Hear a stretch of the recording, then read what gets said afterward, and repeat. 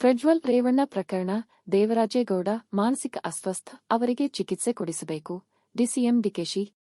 Bengaluru, Hassan JDS ಸಂಸದ ಪ್ರಜ್ವಲ್ ರೇವಣ್ಣ ಅವರ ರಾಸಲೀಲೆ pen drive ಹಂಚಿಕೆಯಲ್ಲಿ ತಮ್ಮ ಪಾತ್ರ ತಳ್ಳಿಹಾಕಿದ ಉಪಮುಖ್ಯಮಂತ್ರಿ ಡಿಕೆ ಶಿವಕುಮಾರ್ ಅವರು, ದೇವರಾಜೇಗೌಡ ಒಬ್ಬ ಮಾನಸಿಕ ಅಸ್ವಸ್ಥ, ಅವರಿಗೆ ಎಸ್ಐಟಿ ಸೂಕ್ತ ಚಿಕಿತ್ಸೆ ಕೊಡಿಸಬೇಕು ಎಂದು ಶನಿವಾರ ಹೇಳಿದ್ದಾರೆ.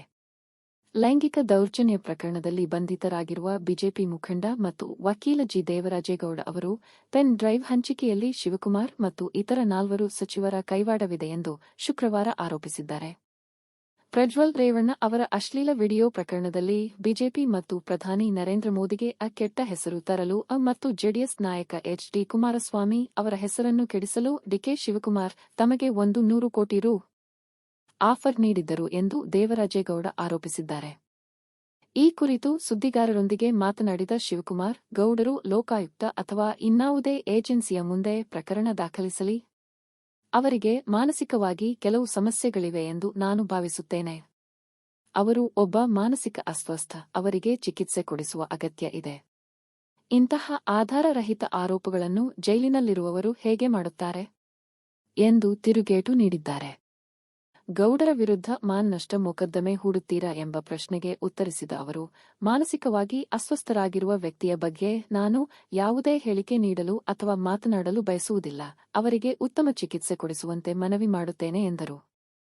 ಲೈಂಗಿಕ ದೌರ್ಜನ್ಯ ಪ್ರಕರಣದ ಸಂತ್ರಸ್ತ ಮಹಿಳೆಯರಿಗೆ ನ್ಯಾಯ ದೊರಕಿಸಿಕೊಡಲು ನಮ್ಮ ಸರ್ಕಾರ ಬದ್ಧವಾಗಿದೆ ಎಂದು ಪ್ರತಿಪಾದಿಸಿದ ಶಿವಕುಮಾರ್, ವಿಶೇಷ ತನಿಖಾ ತಂಡ ಎಸ್ಐಟಿ ನಡೆಸುತ್ತಿರುವ ತನಿಖೆಯ ಬಗ್ಗೆ ವಿಶ್ವಾಸ ವ್ಯಕ್ತಪಡಿಸಿದರು. ಹಾಸನದ ನ್ಯಾಯಾಲಯದಿಂದ ವಿಚಾರಣೆಗೆ ಕರೆದೊಯ್ಯುವಾಗ ಮಾಧ್ಯಮದವರೊಂದಿಗೆ ಮಾತನಾಡಿದ ದೇವರಾಜೇಗೌಡ, ಪೆನ್ ಡ್ರೈವ್ ಪ್ರಕರಣದ ಹಿಂದೆ ಶಿವಕುಮಾರ್ ಕೈವಾಡವಿದೆ ಎಂದು ಆರೋಪಿಸಿದ್ದು, 4 ಸಚಿವರಾದ ಎನ್. ಚೆಲುವರಾಯಸ್ವಾಮಿ, ಕೃಷ್ಣ ಬೈರೇಗೌಡ, ಪ್ರಿಯಾಂಕ್ ಖರ್ಗೆ ಹಾಗೂ ಮತ್ತೊಬ್ಬ ಸಚಿವರ ತಂಡವನ್ನು ರಚಿಸಲಾಗಿದೆ. ಇದು ಬಿಜೆಪಿ, ಪ್ರಧಾನಿ ಮೋದಿ ಮತ್ತು ಕುಮಾರಸ್ವಾಮಿ ಅವರಿಗೆ ಕೆಟ್ಟ ಹೆಸರು ತರುವ ಉದ್ದೇಶ ಹೊಂದಿದೆ ಎಂದು ಆರೋಪಿಸಿದ್ದರು. ಇನ್ನು ಈ ಬಗ್ಗೆ ಪ್ರತಿಕ್ರಿಯಿಸಿದ ಸಚಿವ ಪ್ರಿಯಾಂಕ್ ಖರ್ಗೆ, ಈ ಬಗ್ಗೆ ಕಾನೂನು ಕ್ರಮದ ಬಗ್ಗೆ ನಾವು ಚರ್ಚಿಸುತ್ತೇವೆ. ಶಿವಕುಮಾರ್ ಮತ್ತು ಸಿದ್ದರಾಮಯ್ಯನವರ ಮಾನಹಾನಿಗಾಗಿ ದೇವರಾಜೇಗೌಡರು ಈ ರೀತಿ ಆರೋಪ ಮಾಡಿದ್ದಾರೆ. ಅವರಿಗೆ 100 ಕೋಟಿ ರೂ. ಆಫರ್ ಇದ್ದಿದ್ದರೆ ಅಮಿತ್ ಶಾ, ಕೇಂದ್ರ ಗೃಹ ಸಚಿವ ಬಳಿ ಹೇಳಿ ತನಿಖೆ ನಡೆಸಬೇಕಿತ್ತು. ಸಿಬಿಐ, ಇಡಿ ಅಥವಾ ಐಟಿ ದಾಳಿ ಮಾಡಬಹುದಿತ್ತು. ತನಗೆ ಗೌಡ 5 ಕೋಟಿ ರೂಪಾಯಿಯನ್ನು ಕ್ಲಬ್ನಲ್ಲಿ ಮುಂಗಡವಾಗಿ ಕಳುಹಿಸಲಾಗಿದೆ ಎಂದ ಅವರು, ಐಟಿ, ಇಡಿಗೆ ಏಕೆ ಮಾಹಿತಿ ನೀಡಲಿಲ್ಲ? ಅವರು ಸಿಸಿಟಿವಿ ದೃಶ್ಯಾವಳಿಗಳನ್ನು ಪಡೆದುಕೊಳ್ಳಲಿ ಎಂದಿದ್ದಾರೆ.